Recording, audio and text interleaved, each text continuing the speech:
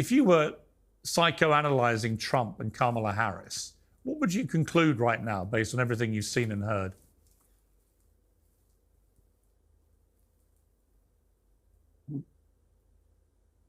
Well, if I could vote in the American election, I would vote for Trump.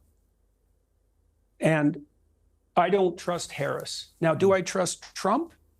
Well, he was president for 4 years. Like, look, the best predictor of someone's future behavior is their past behavior.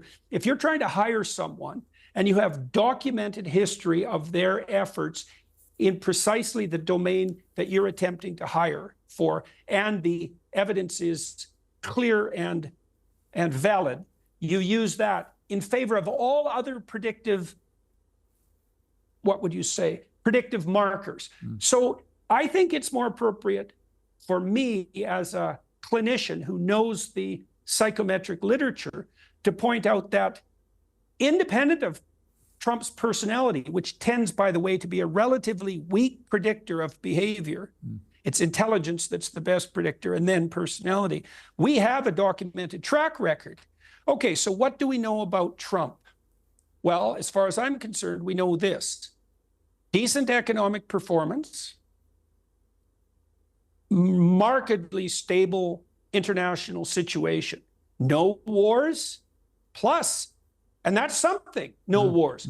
Plus, he established the Abraham Accords, and they've held even after October 7th, and everybody in the State Department told the Trump administration that putting that agreement together was impossible. Now, of course, it's the Abraham Accords that have infuriated and frustrated the bad actors in Iran, and that's pretty much the entire political class there, and fomented October 7th and produced this catastrophe that's unfolding. But putting that at the feet of Donald Trump is a very ill-advised thing to do. So I would say, with regards to Trump, well, we know what a Trump presidency would be like, but there's something else to consider too, because you might say, well, you know, that was round one and now it's round two and Trump is older. And although I think he's actually modified his behavior to some degree as a consequence of being beat up so thoroughly over the last 5 years, and although he's a bit defensive, he's also less blustery and more human, which I think is a big plus. But for me, the other thing that I've seen really switch that's really been positive for me is that Trump has pulled a lot of hyper-powerful people together around him. Musk, Tulsi Gabbard, Vivek Ramaswamy, Robert F. Kennedy, most of whom would have been Democrats in anything approximating a sane and normal world.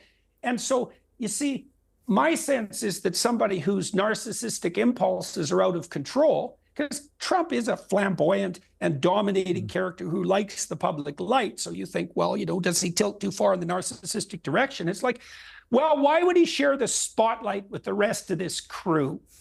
And the other thing that we should consider is that, look, man, I would vote for Trump if for no other reason than Musk himself has already agreed to head something like a Department of Governmental Efficiency in the US. It's like, okay,